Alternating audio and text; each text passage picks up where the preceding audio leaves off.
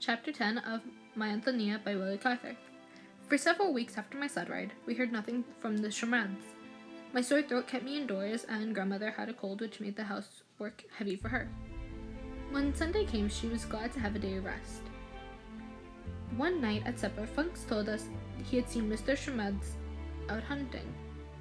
He made himself a rabbit skin hat, Jim, and a rabbit skin collar that he buttoned up on outside his coat. There isn't got but one overcoat among them over there, and they take turns wearing it.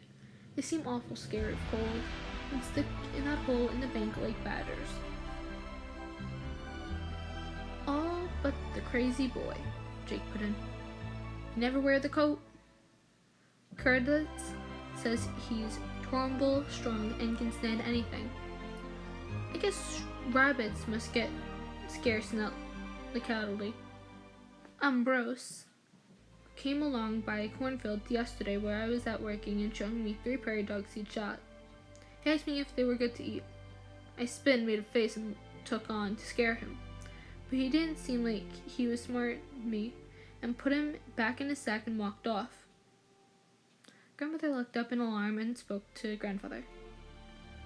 Josiah, you don't suppose Craigie would let them poor creatures eat prairie dogs, do you?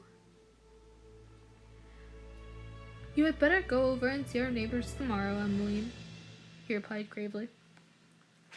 Funks, in a cheerful word, said the prairie dogs were clean beasts and ought to be good for food, but their family connections were against them. I asked what he meant, and he grinned and said they belonged to the rat family. When I went downstairs in the morning, I found grandmother and Jake packing a hamper basket in the kitchen.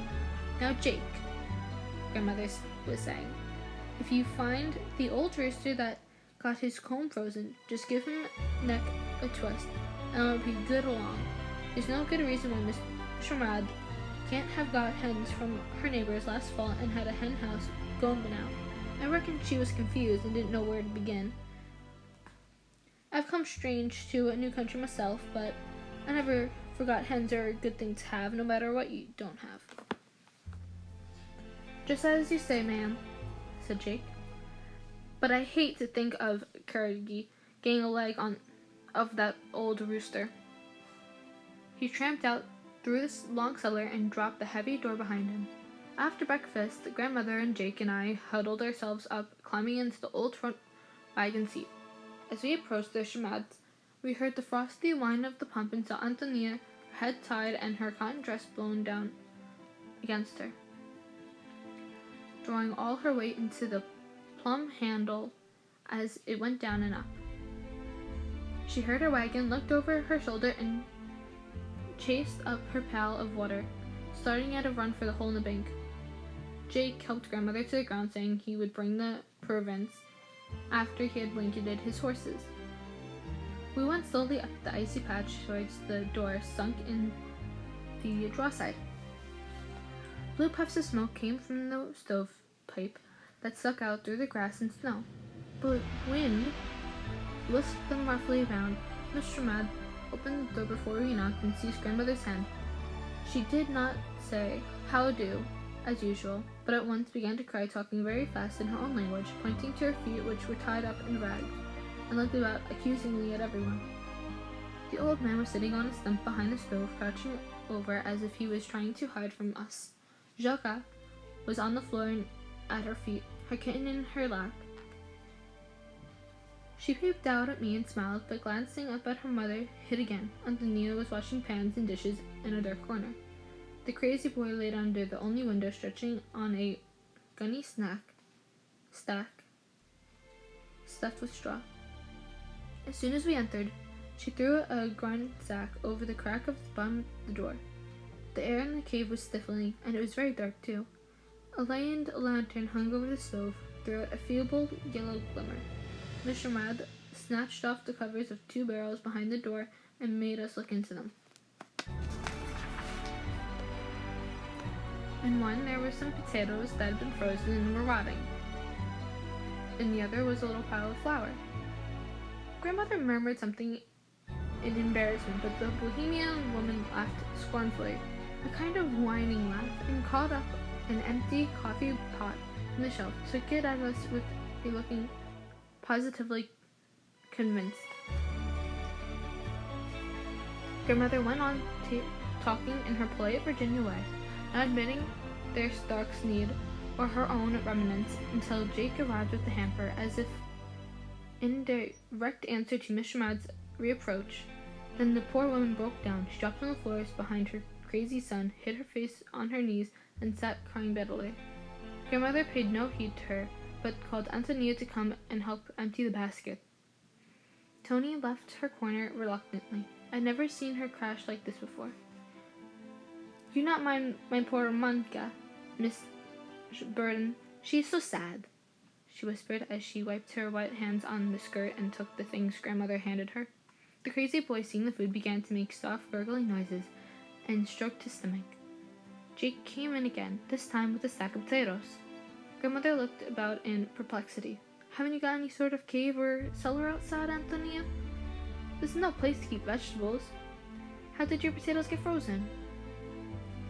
"We get from Mr. Bushy at the post office what he throw out. We got no potatoes, Miss Burden," Tony admitted mournfully. When Jake went out, Merrick crawled along the floor and stuffed up the door crack again. Then quietly as a shadow, Mr. Schmad came out from behind the stove.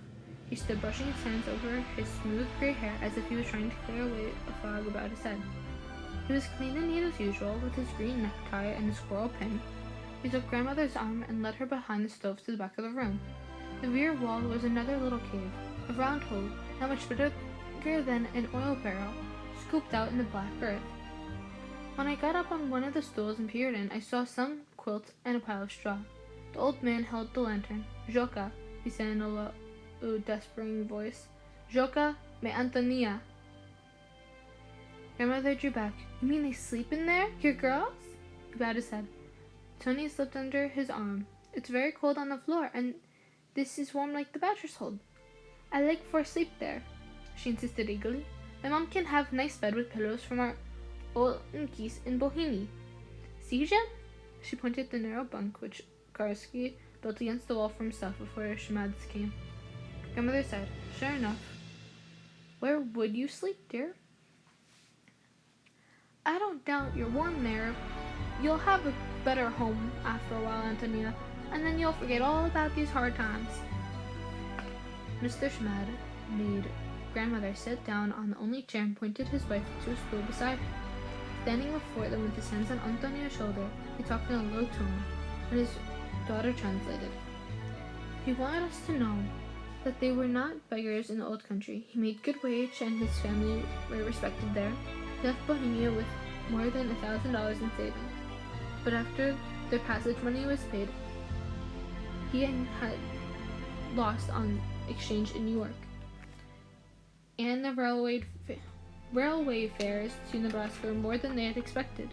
By the time they paid Karski for the land and bought his horses and oxen and some old farm machinery, they had very little money left. He wished grandmother to know, however, that he had still some money. If they can get through until spring came, they would buy a cow and chicken, plant a garden, and would then do very well. Ambrosia and Ántonia were both old enough to work in the fields, and they were willing to work. But the snow and the bitter weather had disheartened them all. Ántonia explained that her father meant to build a new house for them in the spring. He and Ambrosia had already split the logs for it, but the logs were all buried in snow along the creek where they had been fallen. While grandmother encouraged and gave them advice, I sat down on the floor with Joka and let her show me her kitten. Mirk slid cautiously towards us and began to exhibit his webbed fingers. I knew he wanted to make his queer noises for me, to bark like a dog or whimper like a horse, but he did not dare in the presence of his elders. Merrick was always trying to be agreeable, poor fellow, as if he had it on his mind that he must make up for his deficiencies. Mr. Mad grew more calm and reasonable before our visit was over, and while Ántonia translated, put in a word now and then on her own account, the woman had a quick ear and caught up phrases whenever she heard English spoke. As we rose to go, she opened her wooden chest and brought out a peg. of bedding tick, about as long as a flour stack and half as wide, stuffed full of something. On sight of it, the crazy boy began to smack his lips. Then Miss Shamad opened the bag and stirred the content with her hand. It came out a salty, earthly smell, very pungent. Even among the other odors of the cave, she measured a teacup full, tied in a bit of sacking, and presented it ceremoniously to grandmother. "For cooking," she announced. "Little now, be very much then cook." Spread out in her hand as if to indicate this point would swell to a gallon. "Very good. You have no in this country. All things were eating better in my country." "Maybe so, Miss Shamad," grandmother said dryly. "I wouldn't say, but I prefer our bread to yours myself." Ántonia undertook to explain. "This is very good, Miss Burden." She clasped her hands as if she could not express how good. "It makes me very when you cook. Like my mama says, cook with rabbit, cook with chicken in the gravy, also good." On the way home, grandmother and Jake talked about how easily good Christian people can forget they were their brother's keeper. "I will say, Jake, some of our brothers and sisters are hard to keep. Here's a body to begin with these people. They're wanting in everything, and most of all in horse sense. Nobody can give them that, I guess. Jimmy, here is about able to take over a homestead as they are. Do you reckon that boy Ambrose has any real push in him? His work all right, ma'am, and he got some catching on him, but he's a mean one. Folks be mean enough to give on in this world, and then again, they can be too mean." That night, while grandmother was getting supper, we opened the package. Miss Shamad it was full of little brown chips that looked like the shavings of some roots. There was light as feathers, and the most noticeable thing about them were their penetrating, earthly odor. They could not determine whether they were animals or vegetables. "They might be dried meat or some queer beast, Jim. They ain't dry fish, and they never go on stock or wine. I'm afraid of them. Anyhow, I shouldn't eat anything that had been shut up for months with old clothes and goose pillows. She threw the package onto the stove, but I bit off a corner of one of the chips I held in my hand and chewed it intently. I never forgot the strange taste, though it was many years before I knew what those little brown shavings which the Miss Merds had brought so far and treasured so jealously. They were dried mushrooms. They had been gathered probably in some deep Bohemian forest. That is the end of chapter 10. Oh, bookmark. That wasn't the best. I messed up a lot. But that is the end of chapter 10 of My Ántonia by Willa Cather. Please like, subscribe, comment, and check my channel for more content like this. The following reading will be read tomorrow, and I hope you like it. Soon I may do a whole thing about Scott Westerfield and the Ugly series. If you're interested in that, please let me know. That'd be awesome. If you're not, I really don't care, but have fun. And please check out more of my videos. Bye-bye.